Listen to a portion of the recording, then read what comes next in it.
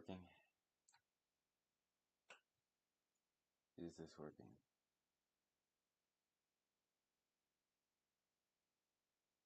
Is it working? Is it working? Okay, it looks like it's working. Is it working? Okay, it looks like it's working. Is it working? Okay, it looks... Okay, that's replaying over and over again, then that's incredibly annoying. So, I'm just going to turn on my distraction block because I'm really behind, and I'm going to keep this live stream on to make sure that I don't turn it off. Just gonna block every chance I have to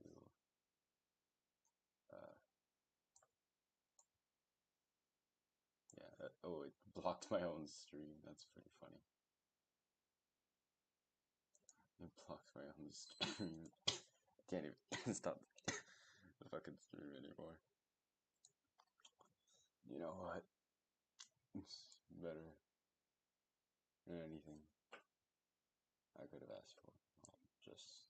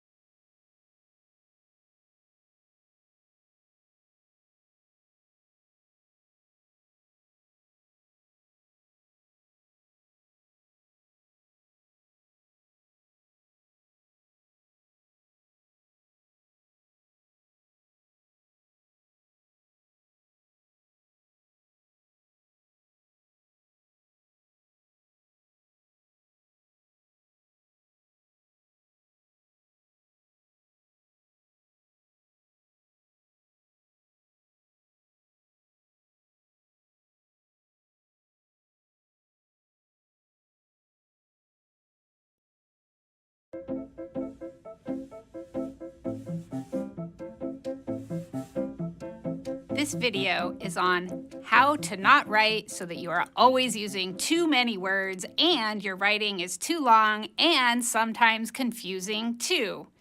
In other words, writing concisely. Writing concisely is not natural for a lot of us. Most of the time, when people do the steps to make writing more concise, they instead end up going too far, cutting meaning so that the writing winds up vague, actually less clear.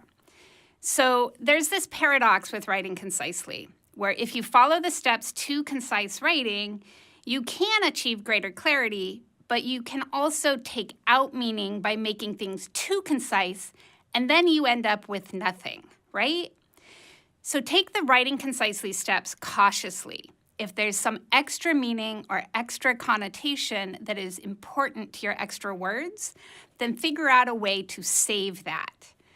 Perhaps you introduce a whole extra sentence instead of adding too much meaning within an already full or otherwise clear sentence. In other words, concision is a tool for clarity. But if we're trying to say something underdeveloped within our sentence, then saying it with fewer words is unlikely to make it any clearer. So it's important to work on clarity before concision because we want the reader to follow our complete, full, explicit patterns of logical reasoning.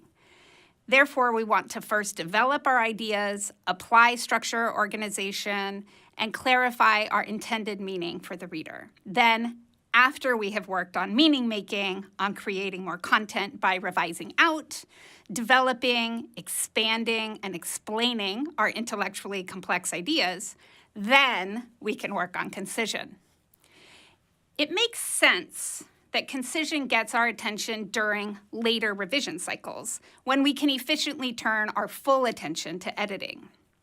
On the other hand, if things are hard to follow in our sentences, if we are unclear even to ourselves, then we address that earlier in our revision work.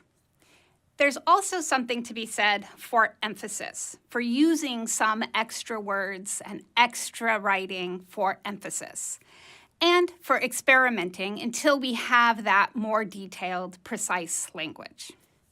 For all these reasons, we work on concision toward the end of our writing, so that it doesn't distract from goals of clarity and of precision.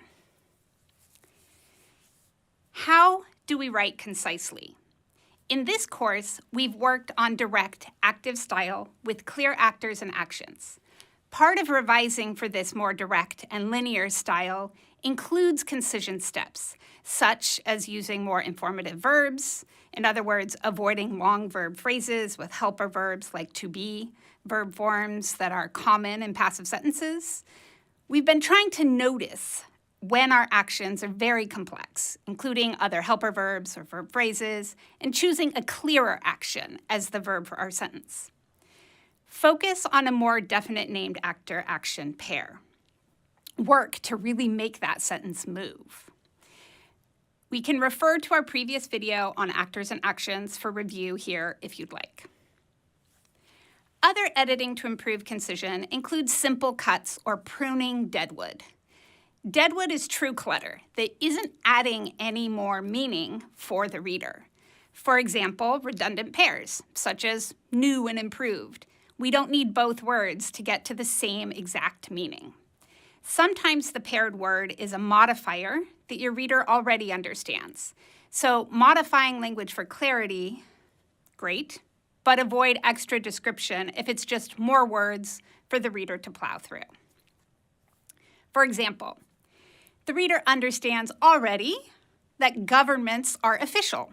You don't also have to say so with that word official.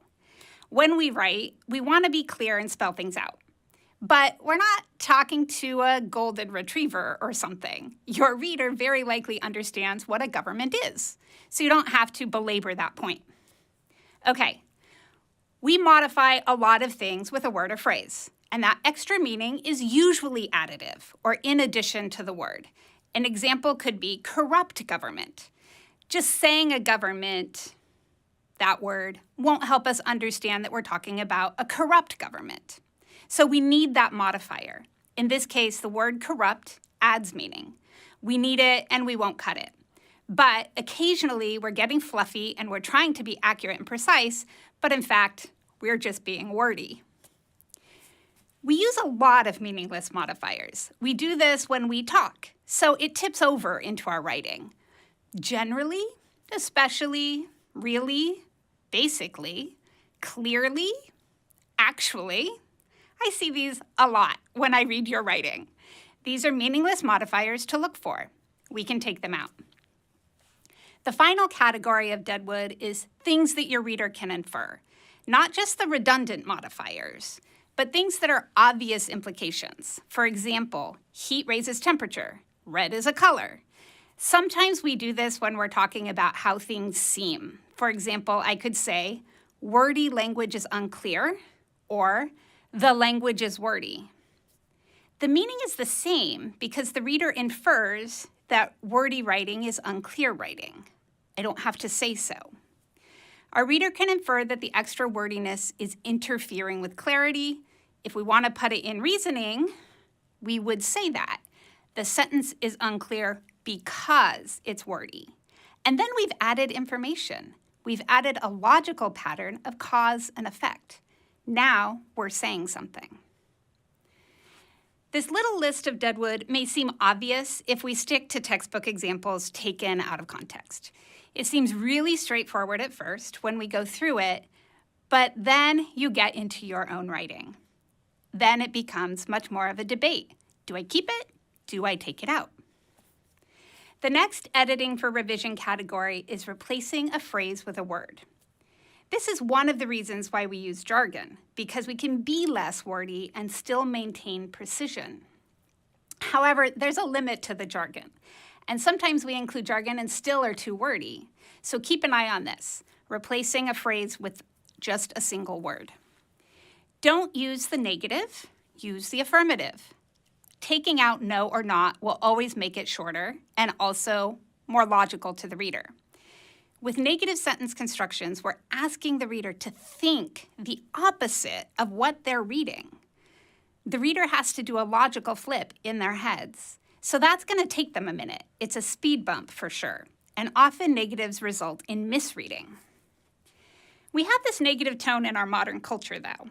We are complainers. We all do this, right? We whine and we moan every day in our speech. So then we also use a ton of these negatives in our writing. However, in our writing, we can go back through, take them out, and straighten things out. It's not a matter of being more optimistic, okay? It's just a matter of clarity. So you can definitely use the affirmative while saying negative things, but we don't have to use the word no and not in our sentence constructions. It requires some creativity, though, because we're not talking about opposites. The opposite of capsize is not upright. That's not the negative, right? How do you avoid capsizing? An obvious editing correction may not come to mind. So you'll have to figure out an affirmative phrasing. It requires rewriting, being more creative, and restructuring your sentence. Finally, avoid cliches and meta-discourse to be more concise. Most of us don't use a ton of cliches, but we just have to be careful when using any idiomatic language. Idiomatic language must be appropriate to your reader, so we must have a strong audience awareness. For a cliche, as an example of idiomatic language, to be clear and concise, we must know exactly what the reader will think when they read. It requires knowing who the reader is and whether the reaction from that reader will be what we're intending. If so, use it. But most cliches have very little meaning actually left in them. And we could give a more concrete illustrative example for greater impact without using the cliche. So cliches are just fluffy in terms of their density of meaning. We'll generally take cliches out. Meta-discourse is something we add for cohesion and for structure, especially when writing to inform. We add logical joining words like therefore, first, next, or finally.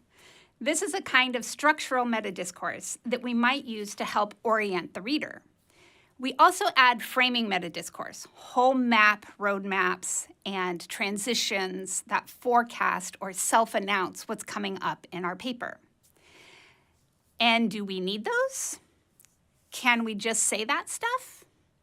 It depends. So you're using meta-discourse in the service of clarity. I think that meta-discourse is a good example of the entire paradox that happens with concision.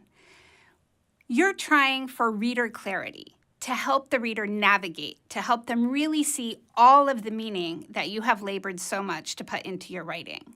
Meta-discourse helps with clarity. On the other hand, if your meta-discourse is just so much that it's in the way, then you can cut out some of that meta-discourse. As an example of too much meta-discourse, take the phrase, "I would argue." Now, if we're reading your argument, we already know it's your voice. You are arguing. If you need to signal it because you've been presenting somebody else's arguments, maybe we need that clarity, but perhaps there's a more meaningful way to signal the same attribution. You can do that with a greater density of meaning, like adding, in contrast to the chancellor's statements, "I would argue." In this example, we're including a good deal of meta-discourse. In contrast, I argue. But we're doing it to really highlight that logical move and that argumentative mood. So that's how meta-discourse falls squarely in both the added clarity and extra wordiness categories. Pick the better of the two for each case while you're editing. Sometimes a reader would be really lost without a lot of explicit meta-discourse, like with active.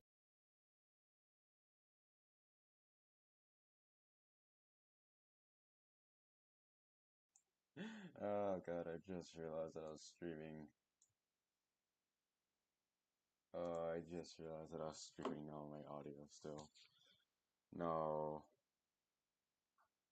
No. It's fine, no one's here. No one's here, and I'm not saving this as a recording, so it's fine. My blunder remains unheard of.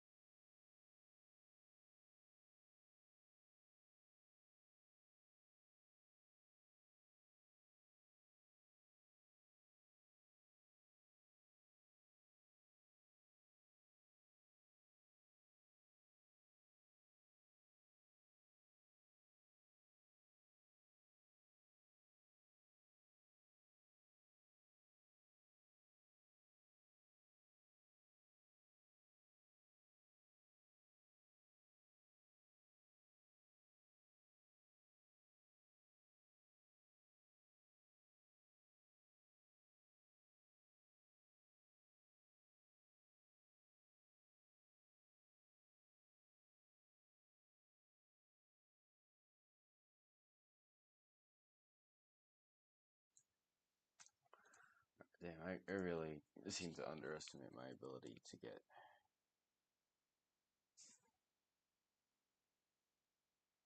distracted by literally anything.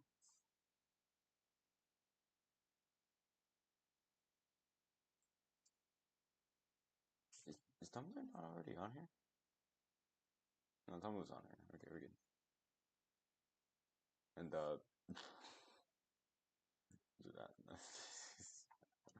I'm not gonna do that. I'm gonna do that. I think it'd be funny if that was just one of the ones here. I don't know why is.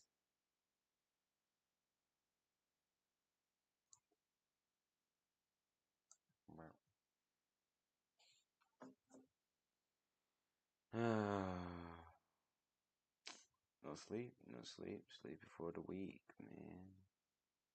Sleep is for the week. No, I'm watching that shit on my phone. Good, I need to close this.